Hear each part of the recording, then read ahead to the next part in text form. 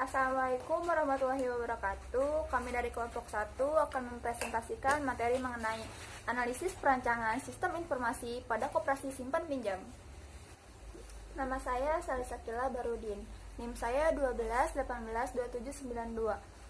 Saya dari kelas 12 4A15. Yang pertama, ada latar belakang. Nah, di dalam koperasi saat ini, sebuah pencatatan transaksi masih dilakukan secara manual. Tapi, dengan berkembangnya sistem informasi dan teknologi saat ini, seharusnya usaha koperasi dapat meningkatkan sistem pelayanan agar mudah untuk mengelola data yang ada. Pengelolaan data yang ada dalam transaksi administrasi di koperasi haruslah dilakukan dengan sangat benar dan efisien, guna menunjang kelancaran dalam sebuah transaksi yang dilakukan. Maka dari itu, meninjau dari sebuah kecanggihan sistem informasi dan teknologi saat ini, dengan kecepatan dan keakuratan dalam memberi informasi, haruslah dibangun sebuah sistem yang dapat mempermudah transaksi administrasi pada koperasi. Yang kedua, ada permasalahan. Permasalahan di sini terdapat 4 bagian, yaitu yang pertama, belum efektifnya sistem informasi yang ada di koperasi, masih menggunakan pencatatan pada buku sehingga memungkinkan hilangnya pendataan transaksi simpan pinjam. Yang kedua, sistem yang berjalan saat ini sangat mudah untuk dilihat oleh orang lain.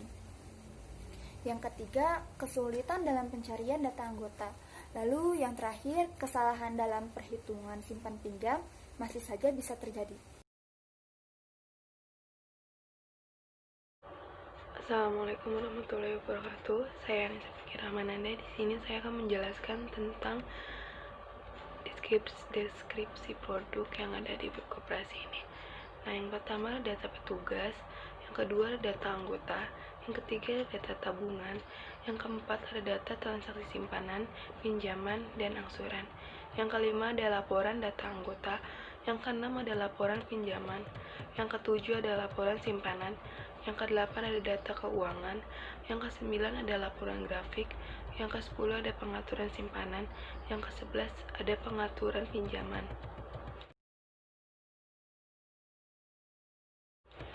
Lalu ada keuntungan yang diharapkan.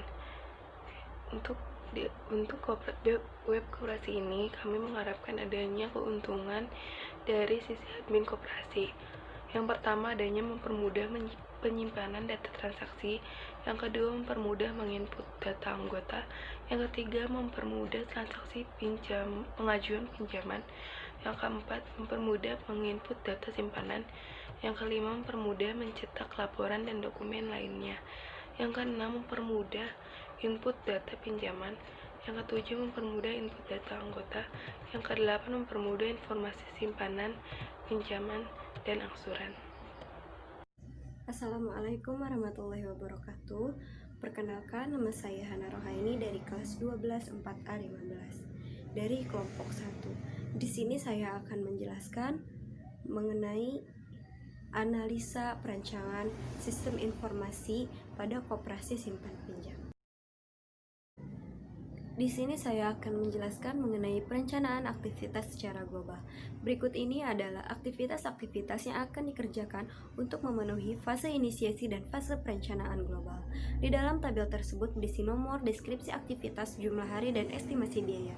Yang pertama adalah analisis kinerja dengan jumlah hari 10 hari dan estimasi biayanya 200.000, desain aplikasi 7 hari dengan estimasi biaya 500.000, pemrograman 40 hari dengan estimasi biayanya 300.000, testing 5 hari dengan estimasi biayanya 300.000, instalasi 3 hari dengan estimasi biayanya 400.000, dokumentasi 50 hari dengan estimasi biayanya 350.000, training 4 hari dengan estimasi biayanya 250.000, administrasi 70 hari dengan estimasi biayanya 300.000, pemeliharaan 15 hari dengan estimasi biayanya 250.000, kerja kelompok 2 hari dengan estimasi biayanya 100.000. Jadi total dan estimasi biayanya adalah total jumlah harinya adalah 120.000 dan total estimasi biayanya adalah 2.950.000. Berikutnya ada analisis sistem berjalan, menjelaskan tentang proses yang sedang berjalan berbentuk pola aliran informasi yang sedang dilakukan di dalamnya melalui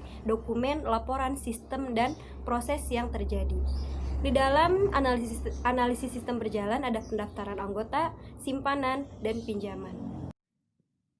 Nama saya Oswaldo Junior Nenggolan dan NIM saya 12181743. 7. Analisis kebutuhan sistem. Di sini analisis kebutuhan sistem terbagi menjadi 2 halaman, yaitu halaman petugas dan halaman operator.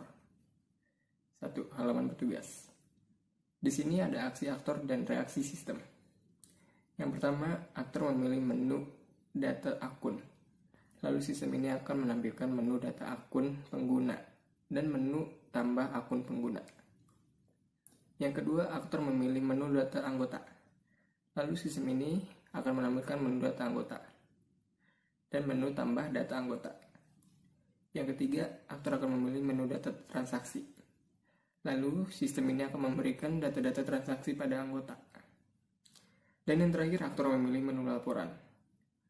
Lalu sistem akan menampilkan laporan simpanan, pinjaman, dan angsuran.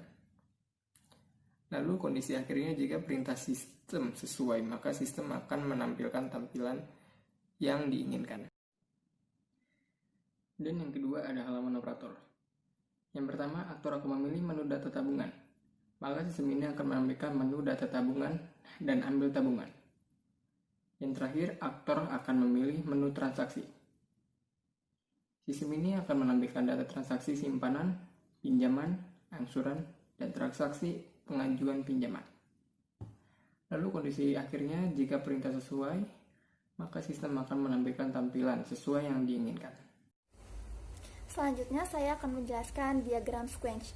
Diagram sequence di sini terbagi menjadi 4 bagian, yaitu yang pertama bagian pendaftaran, yang kedua bagian simpanan, yang ketiga bagian pinjaman, dan yang terakhir bagian angsuran.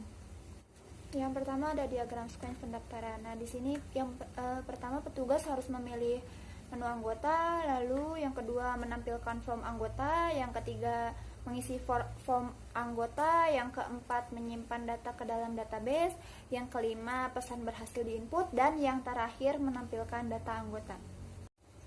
Yang kedua ada diagram sequence simpanan. Nah, di sini yang pertama memilih form simpanan, yang kedua menampilkan form simpanan, yang ketiga memilih anggota, yang keempat memilih, yang kelima menampilkan dari database, yang keenam memilih jenis simpanan, yang ketujuh mengisi jumlah simpanan, yang kedelapan menyimpannya dalam database, yang kesembilan pesan berhasil diinput, dan yang terakhir mencetak database simpanan. Yang ketiga ada diagram sequence pinjaman. Nah, di sini yang pertama memilih menu permohonan pinjaman, yang kedua menampilkan form pinjaman, yang ketiga mencari database, yang keempat menampilkan data pinjaman, yang kelima mengisi jumlah pinjaman, yang keenam menyimpannya ke dalam database, yang ketujuh pesan berhasil diinputkan, yang kedelapan menampilkan ke dalam permohonan pinjaman, yang kesembilan menyimpannya dalam keadaan database, yang terakhir mencetak bukti pinjaman. Yang terakhir ada diagram sequence angsuran. Nah, yang pertama memilih menu angsuran, yang kedua menampilkan form angsuran, yang ketiga memilih data angsuran, yang keempat mencari database, yang kelima menampilkannya dari database, yang keenam input data angsuran, yang ketujuh menyimpannya ke dalam database, yang kedelapan pesan berhasil diinput, lalu yang terakhir menampilkan data angsuran. Jadi di sini saya akan menjelaskan kelas diagram yang di dalamnya terdapat 2 bagian, yaitu kelas diagram bagian petugas dan kelas diagram bagian operator. Yang pertama ada tampilan kelas diagram petugas yang di dalamnya terdapat tampilan master dan laporan. Jadi, sebelum mengakses semua data-data yang ada pada tampilan tersebut, petugas harus terlebih dahulu login. Setelah petugas berhasil login, petugas hanya dapat mengelola tampilan master yang di dalamnya terdapat beberapa bagian, yaitu bagian tabungan, bagian pengajuan, dan bagian anggota. Lalu begitu juga dengan tampilan laporan. Petugas dapat mengelola beberapa data laporan yang di dalamnya terbagi menjadi beberapa bagian, yaitu bagian data simpanan, data pinjaman, dan data angsuran. Yang kedua, ada tampilan kelas diagram operator, yang di dalamnya terdapat halaman form login. Setelah operator berhasil login, operator dapat mengelola data transaksi dan data master tabungan. Yang pertama, operator hanya dapat mengelola data master tabungan yang dibagi menjadi dua bagian, yaitu bagian tabungan dan bagian pengambilan. Yang terakhir, operator dapat menginput data transaksi yang terbagi menjadi 4 bagian, yaitu bagian simpanan, bagian pinjaman, bagian angsuran, dan bagian pengajuan. Selanjutnya ada deployment diagram, merupakan salah satu model diagram dalam UML untuk mengetahui aktifat dalam node. Deployment diagram di sini menjelaskan mengenai web koperasi simpan pinjam. Gambar di samping menjelaskan sebuah deployment diagram yang menggambarkan perangkat-perangkat untuk mendistribusikan data atau software pada sistem aplikasi koperasi simpan pinjam Bakti Husada.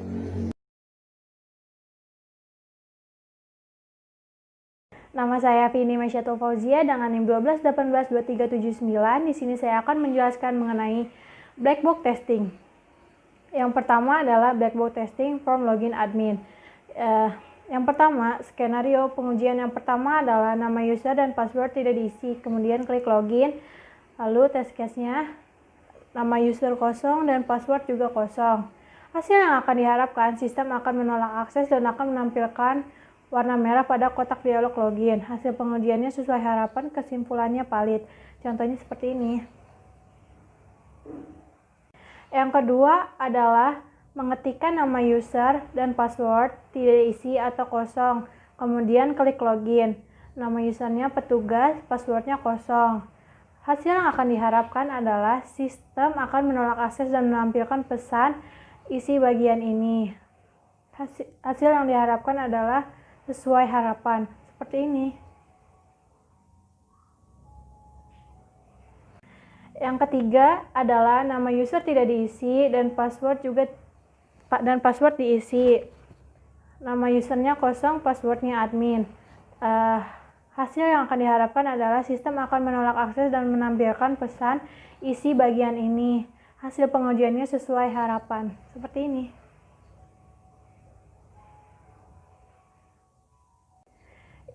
Yang keempat adalah mengetikkan salah satu kondisi salah pada nama user atau password, kemudian klik tombol login.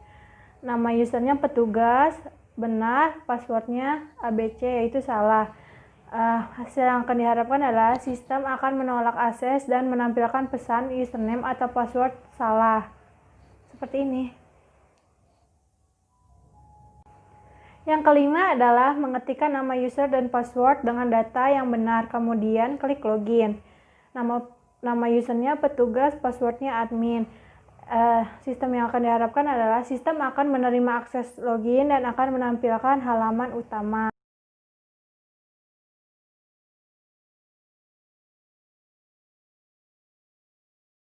Selanjutnya adalah pemeliharaan. Memelihara website memang tidaklah mudah, tapi kegiatan ini harus terus dilakukan secara berkala untuk mengoptimalkan tampilan dari konten website yang ada. Berikut ini pemeliharaan yang akan dilakukan. Yang pertama, melakukan update konten. Yang kedua, melakukan update tampilan. Yang ketiga, melakukan backup data. Yang keempat, menambah fitur baru yang aktif. Ini adalah tampilan webnya. Di sini ada form login seperti biasa. Lalu yang pertama kita akan login sebagai petugas. Pertama kita klikkan dulu username-nya. Lalu passwordnya.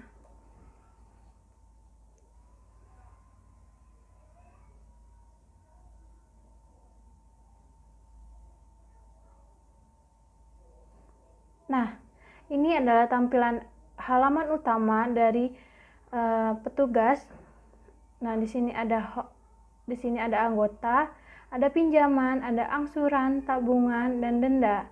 Nah, di sini ada home, ini halaman utamanya, dan ini ada master data yang berisi master petugas, master anggota, master tabungan, dan juga master pengajuan. Lalu juga ada transaksi, lalu juga ada laporan, ada pengaturan yang berisi settingan simpanan, settingan pinjaman, dan juga settingan user. Lalu ada grafik, ada backup, dan ada help. Nah, yang pertama kita ke master data. Di sini ada master data petugas. Di master data petugas ini berisi data-data petugas, yaitu ada nomor petugas, ada kode petugas, ada nama petugas, alamat, username dan password, dan juga aksinya. Lalu selanjutnya di sini juga bisa menambahkan tambah petugas. Dan ini ada formnya tambah petugas. Ini ada nama petugas, ada kode petugas, nama petugas, alamat petugas, telepon, jenis kelamin, user entry, dan tanggal entry, lalu klik tambah. Lalu selanjutnya ada master anggota. Nah, ini berisi data-data anggota yang mendaftar ke koperasi ini. Nah, di sini ada nomor, ada kode anggota, ada nama anggota, ada tempat tanggal lahir, pekerjaan, tanggal masuk, dan status. Di sini juga ada anggota yang aktif dan non aktif. Tidak ada karena belum ada yang non aktif. Lalu di sini bisa menambahkan anggota. Nah, di sini nih ada kode anggota, ada tanggal masuk, ada simpanan pokok sebesar 25.000, ada nama lengkap, ada jenis kelamin, tempat lahir, tanggal lahir, juga alamat anggota, beserta nomor telepon, pekerjaan, user entry, siapa yang memasukkannya, dan juga tanggal entry. Lalu selanjutnya kita ke master tabungan. Nah, di master tabungan ini berisi nomor, kode tabungan, kode anggota, nama anggota, investasi selama 1 bulan, dan jumlah saldo, dan juga ada aksi. Nah, di tabungan ini berisi simpanan sukarela dan simpanan wajib yang akan disetorkan setiap bulannya. Lalu di sini juga bisa mencetak. Dan ini laporan seluruh tabungan dari anggota yang ada.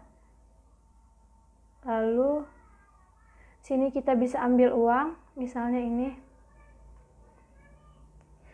Nah, ini jumlah besar tabungan yang ada. Lalu misalnya kita ambil uang.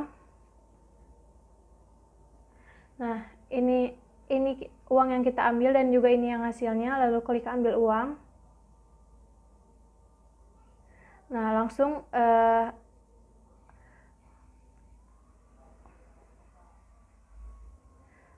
ada laporannya. Ini laporan bukti pengambilan dari tabungan. Ada kode tabungan, nama anggota, kode tabungan, besar ambil, tanggal, diketahui oleh, diterimanya oleh. Nah,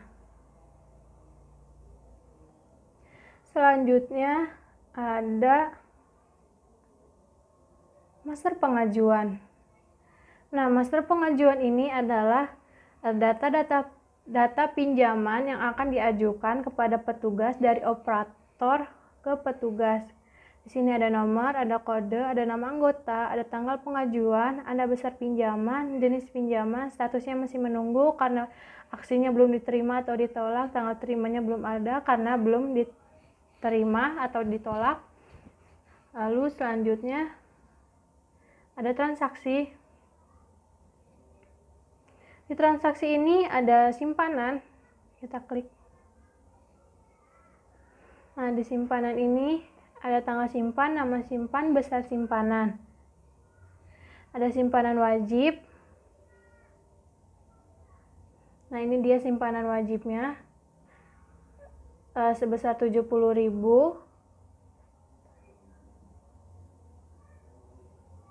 Ada simpanan sukarela yang bisa ditambahkan atau diisi berapapun nominalnya, bebas. Lalu kita bisa mencetak juga.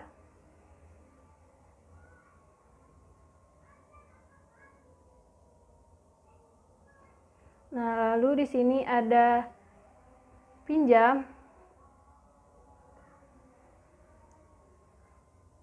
Nah, ini nih.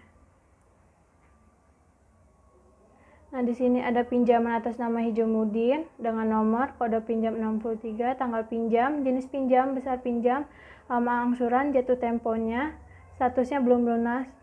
Lalu kita lihat aksinya. Nah, ini juga bisa di print. Ini besar angsurannya sebesar ini, lalu angsurannya baru kedua.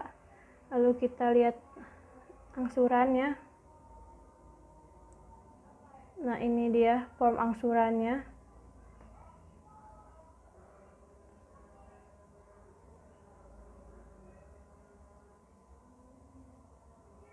Lalu ini kita misalkan mau menambah pinjaman. Lalu ini dia ada form pinjamannya.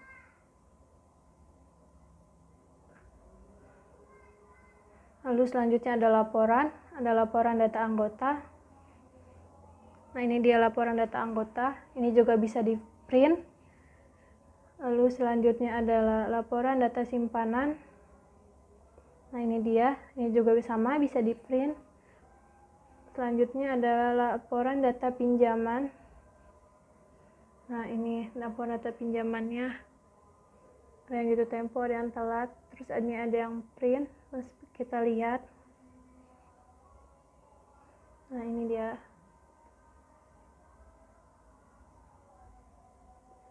Lalu selanjutnya adalah laporan per bulan. Ini laporan per bulan, laporan data pinjaman per bulan.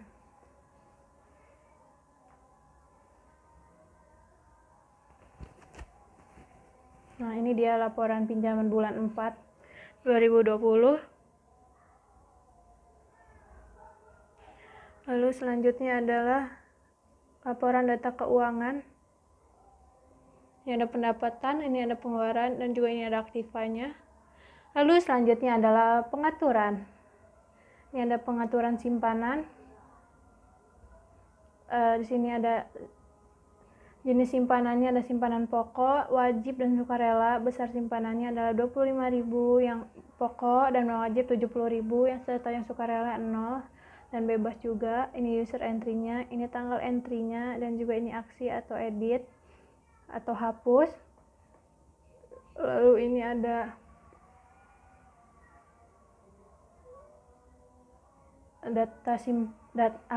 pengaturan data pinjaman. Nah, ini jenis pinjaman yang biasa, lama angsurannya sebesar 4 bulan, maksimal pinjaman 2 juta, bunganya 2%, tanggal entry-nya segini, dan juga ini ada aksinya, edit atau hapus. Lalu pinjaman yang jenis menengah ada lama angsurannya 8 bulan, maksimal pinjamannya 4 juta, dan bunganya sebesar 3%. Lalu di sini ada jenis pinjaman full, lama angsurannya 12 bulan, maksimal pinjamannya 10 juta, dan bunganya 5%. Lalu di sini ada pengaturan setting user. Nah, ini user-user yang ada, pengguna web. Ini sebagai operator dan juga ini sebagai petugas. Lalu ini bisa ditambahkan. Nah, ini dia form tambah user atau petugas atau operator. Ini ada levelnya admin atau operator. Lalu di sini kita ke grafik.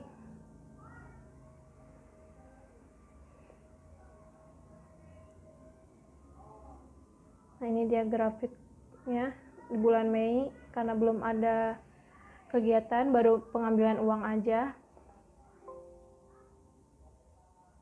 Selanjutnya ada backup. Backup ini dilakukan untuk membackup data ke dalam database yang ada.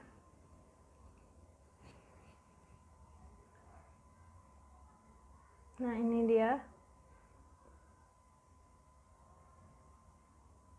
So, ini adalah help. Ini ada pengertian-pengertian dari data-data yang ada. Lalu logout.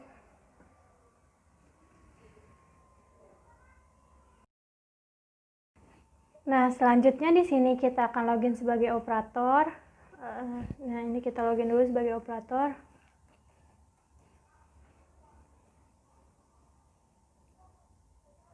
Nah, ini dia halaman utama yang sebagai operator.